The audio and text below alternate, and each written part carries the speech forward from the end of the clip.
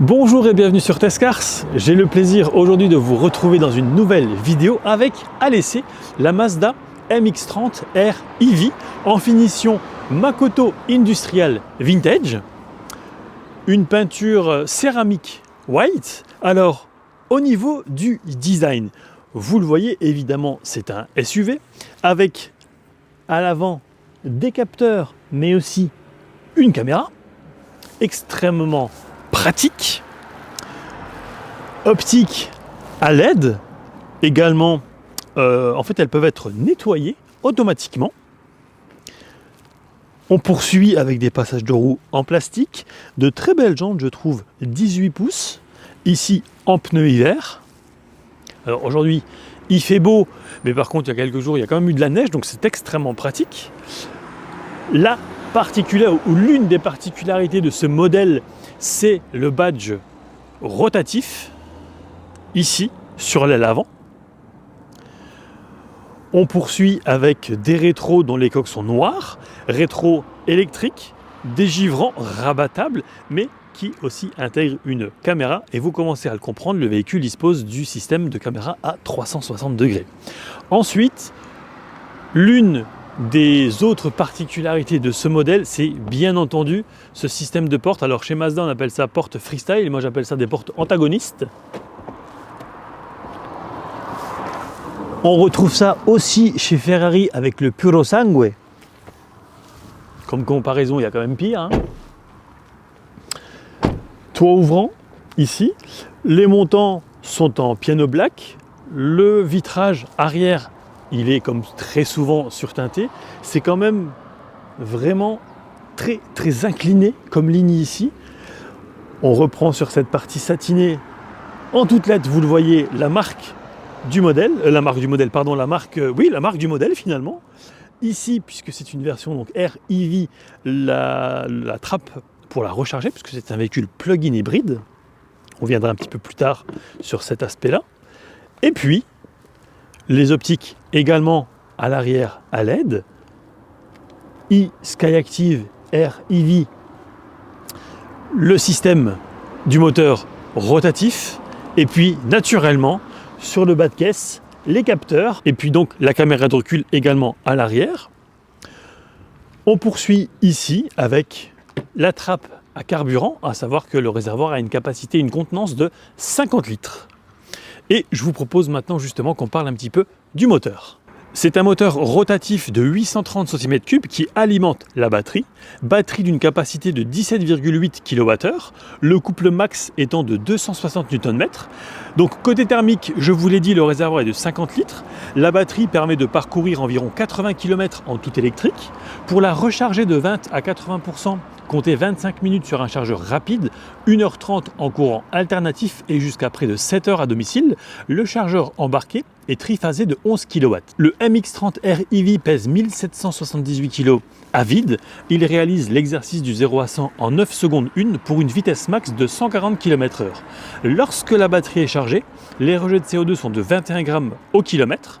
Ce moteur plug-in hybride est naturellement associé à une boîte automatique avec 3 modes de conduite, à savoir EV, normal et charge. Au niveau des dimensions, on est sur 4,39 m de long, 2,65 m pour l'empattement, et sachez qu'on peut aussi charger jusqu'à 75 kg sur des rails de toit. Au niveau de la portière, celle-ci est divisée en plusieurs zones, si je puis me permettre, avec ici notamment des éléments recyclés. Ici, on voit de très belles surpiqûres, la finition est vraiment pas mal. Le système sonore Bose, qui ampute un petit peu le volume de chargement, mais il est bien trop tôt pour en parler. Ensuite, ici, du cuir vegan, extrêmement bien fini également. Et puis, en bas de porte, du plastique dur. De toute façon, c'est pas ça qu'on voit le plus souvent.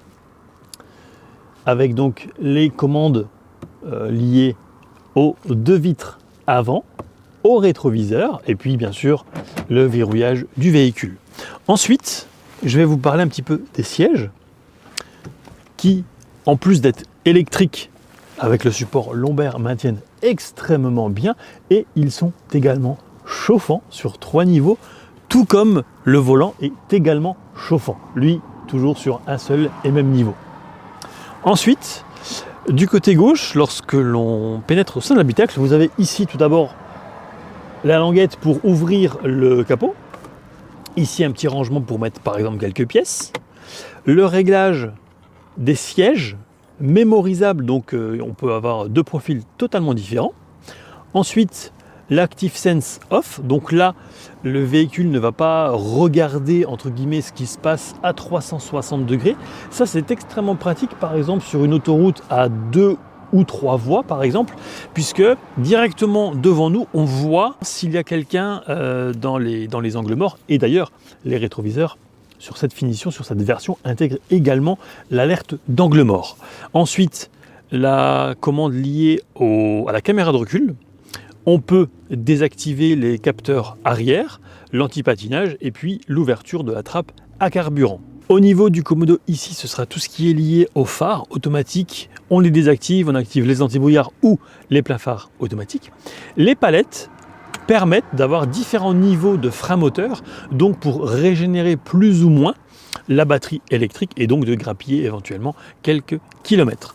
Ensuite, le volant, alors assez large volant, mais je trouve qu'au niveau de la prise en main, bon moi j'ai l'habitude de rouler comme ça ou comme ça, donc on va dire comme ça, c'est super parce que là c'est assez fin, franchement prise en main exemplaire. Commande liée au volume. On change par exemple de radio ou de chansons sur YouTube ou sur Spotify. On change en appuyant ici la source. Si on veut plus aucun bruit, on presse ce bouton. Commande vocale, le téléphone en Bluetooth et différentes informations qui vont s'afficher donc sur l'écran central devant nous. Par exemple la consommation. Le klaxon au centre du volant évidemment. Un klaxon plutôt... voilà. C'est pas ridicule comme klaxon.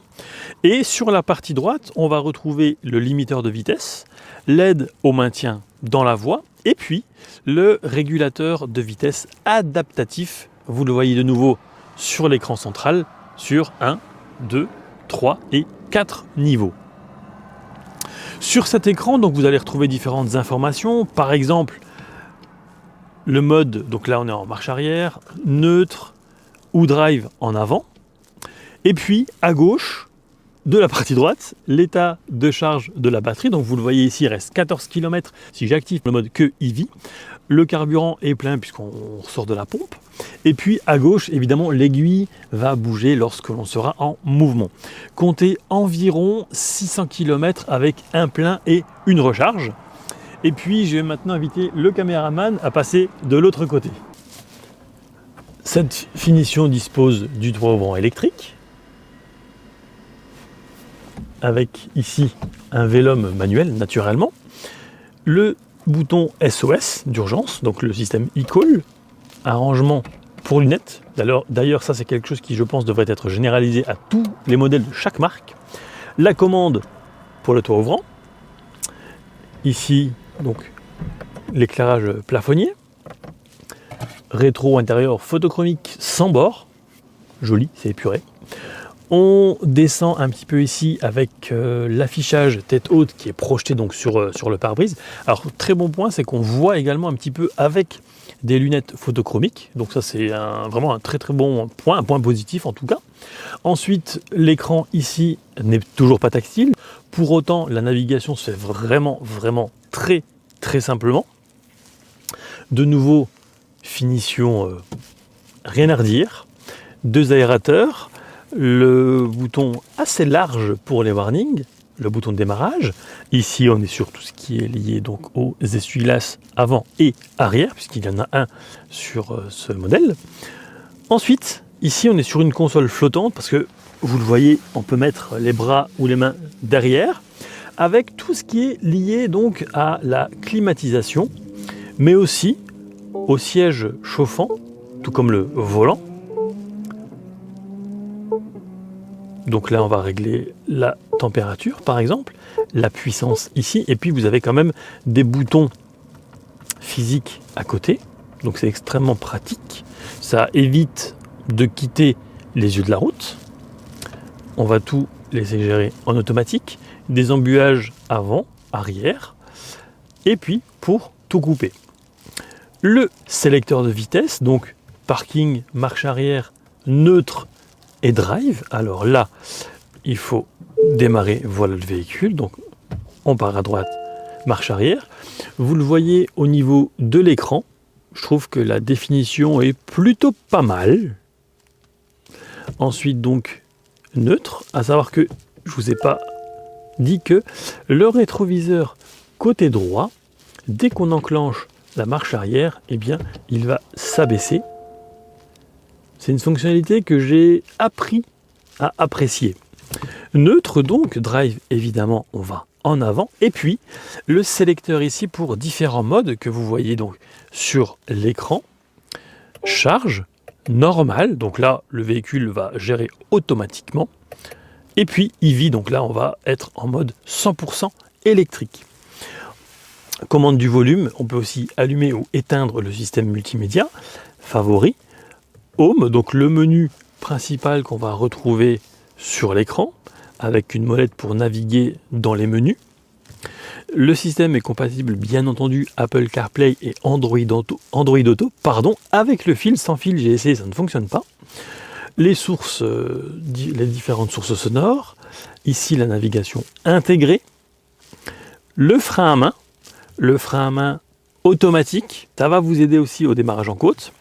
Et puis on arrive sur, à côté de la coudoir qui coulisse, 2 porte-gobelets, mais vous le voyez, ils sont revêtus de liège véritable, puisque, je le rappelle, en janvier 1920, Monsieur Matsuda fonde Mazda, qui à l'époque fabrique des bouchons de liège, principalement pour des bouteilles de vin. Il y a également de la connectique en dessous de cette console centrale, avec de nouveau un revêtement en liège. Il y a, comme vous le voyez, des inserts, des poignées de porte en liège véritable. La petite commande ici, chromée pour ouvrir la boîte à gants, qui n'est pas immense, loin de là. Ensuite, ici, de nouveau du liège véritable, avec 2 prises USB-C classiques. Ici, il y a une petite trappe qu'on peut ouvrir assez difficilement d'ailleurs du côté conducteur, avec une carte SD, je pense que c'est lié à la cartographie, donc au GPS, et puis ici une prise 220 volts. Alors c'est bien joli, par contre côté accessibilité en conducteur, c'est franchement pas terrible. Je veux dire, il vaudra mieux soit le faire avant de partir, ou alors faire appel aux passagers. Et d'ailleurs, j'en profite pour vous montrer vraiment en détail le siège, la sellerie, parce que je trouve que c'est assez, je ne vais pas dire assez classe, mais c'est bien fini, c'est joli je trouve. Les tons sont assez contrastés, on est vraiment bien installé et c'est joli, c'est qualitatif. Et je vous propose maintenant de passer aux places arrière. Qu'en est-il de l'accessibilité à l'arrière? Alors, bon, on peut se faufiler assez simplement. Pour fermer, facile, je vais m'attacher. Oh, ça c'est pratique ça. Donc, tout d'abord, au niveau, alors, c'est quand même, il reste pas énormément de place au niveau de la tête, mais ça passe. Par contre, là, si je me cale vraiment bien au fond du siège, ça passe, il n'y a vraiment rien à dire. Ma jambe côté gauche touche ou tape, dirons-nous, la poignée. Pour autant, ça ne me dérange pas. Au milieu, ici, j'aurais vraiment apprécié de la connectique entre les 2 sièges avant. Il n'y a rien. Bon, voilà. Alors après, au niveau engossement, au niveau sensation à l'arrière, alors certes, il n'y a pas énormément de visibilité, dirons-nous. Aujourd'hui, il y a grand soleil, donc c'est pas un problème. Par contre, la nuit, ou plutôt, disons, en condition qu'il y a beaucoup de nuages ou qu'il pleut, je pense qu'on peut se sentir un petit peu oppressé. Je dis bien et je répète, je pense, et c'est naturellement propre à chacun. Il y a des commandes qui sont présentes uniquement derrière le siège conducteur pour soit, vous le voyez, le faire basculer, ou alors simplement le faire avancer. Et ça, je trouve que c'est super pratique. On va voir un petit peu comment se passe la sortie. Eh bien, rien à dire, c'est extrêmement facile et plutôt très bien pensé. On passe maintenant au coffre. Au niveau du coffre, donc le volume de chargement, il varie si vous avez ou pas le système Bose au sein de l'habitacle, entre 332 et 350 litres en configuration standard, comme c'est ici le cas, donc avec la banquette évidemment arrière en place. Et puis, si vous rabattez cette banquette, qui est vraiment extrêmement facile à rabattre, et dans cette configuration, donc, on est entre 1137 et 1155 litres. Le plancher n'est pas complètement plat, sachez-le, mais on peut quand même mettre des éléments assez longs, notamment au milieu. La direction est assez précise. Suspension, je mettrais bon 8, 8,5 sur 10. Ensuite, en mode EV, donc en tout électrique, dépendant évidemment de la qualité de la chaussée, je trouve qu'il n'y a pas de bruit de vent, c'est assez silencieux. La récupération d'énergie sur 5 niveaux permet de rentrer en ville à 50 sans toucher à la pédale de frein. En plus évidemment de grappiller quelques mètres ou kilomètres sur une charge complète. Régénération au max. Bon, je freine quand même. On prend le Dodan à 20 km/h. Vous l'entendez au sein de l'habitacle, c'est extrêmement silencieux.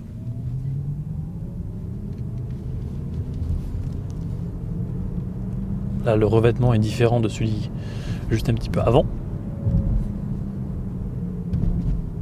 Bon, en termes d'accélération, c'est pas du tout ça qu'on va rechercher avec ce genre de véhicule, hein. Je rappelle que le 0 à 100, il est expédié en 9 secondes 1. Bruit du clignotant, sympa aussi. Alors c'est du détail, hein. Mais j'ai essayé aussi d'autres modèles où c'était clairement insupportable comme sonorité. Et je vous propose maintenant de passer aux ADAS, donc aux aides à la conduite, puis à la conclusion. Au niveau des ADAS, des aides à la conduite, il y a le système de caméra à 360 degrés, l'alerte d'attention du conducteur avec caméra, la reconnaissance des obstacles mobiles en marche avant, le freinage automatique d'urgence avec reconnaissance des piétons et le RCTA qui est l'alerte de trafic transversal arrière. Alors, en conclusion, quoi penser de cette Mazda MX-30R EV? Tout d'abord, le look. Alors, de l'extérieur, on reconnaît évidemment immédiatement que c'est une Mazda. Il y a d'ailleurs 5 couleurs de carrosserie, 5 intérieurs, donc il y a pas mal de possibilités en termes de configuration. Ensuite, à l'intérieur, matériaux recyclés, cuir végétal, du liège, c'est assez novateur, disons que ça change un petit peu de ce qu'on a l'habitude de voir, même si de nombreuses marques se mettent aux intérieurs recyclés, il paraît que c'est tendance, donc on va pas leur dire quoi que ce soit de négatif à cet égard. C'est plutôt original. Je vois donc qu'il y a l'inscription Bose donc au niveau du son à l'intérieur de ce modèle. Rien à dire, c'est vraiment impeccable. Les portes antagonistes, évidemment, c'est la particularité, je dirais, la plus évidente, la plus visible. Et vous l'avez vu, lorsque l'on est à l'arrière, on peut aussi très facilement sortir et non s'extraire du véhicule. La différence est quand même importante. Par contre, je dirais quand même que là où le bas blesse, c'est la consommation sur autoroute lors de longs trajets, par exemple. C'est un PHEV, donc ce sera peut-être plus adapté à la ville ou au parcours périurbain pour celles et ceux qui peuvent se recharger, puisque plus de 10 litres au régulateur de vitesse, alors certes en conditions hivernales, donc autour des 5 degrés avec des pneus hiver, mais enfin quand même, des confrères m'avaient dit qu'ils avaient fait 11 litres. J'avais quand même peine à croire qu'on peut encore faire 11 litres aujourd'hui avec un petit SUV finalement, qui pèse à peine plus d'1,8 tonne avec conducteur à l'intérieur. Donc si on prend le problème différemment, je dirais que oui, pour, encore une fois, celui ou celle qui est en ville, qui peut la recharger, oui, effectivement, c'est un SUV de taille compacte, assez facile à garer, notamment grâce aux caméras à 360 degrés et bien sûr les capteurs. Donc si on joue le jeu de la recharge, qui donc peut se faire en une nuit, grosso modo, sur une prise tout à fait classique, la même sur laquelle vous allez pouvoir recharger votre téléphone, là, oui, ça a un intérêt.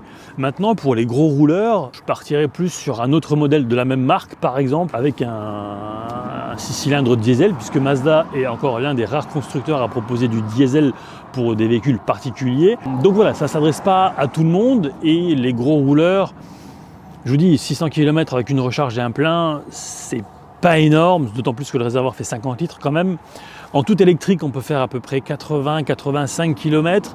Donc voilà, pour une utilisation, encore une fois, urbaine, oui. Périurbaine, oui. Pour les longs trajets, personnellement, je dirais non.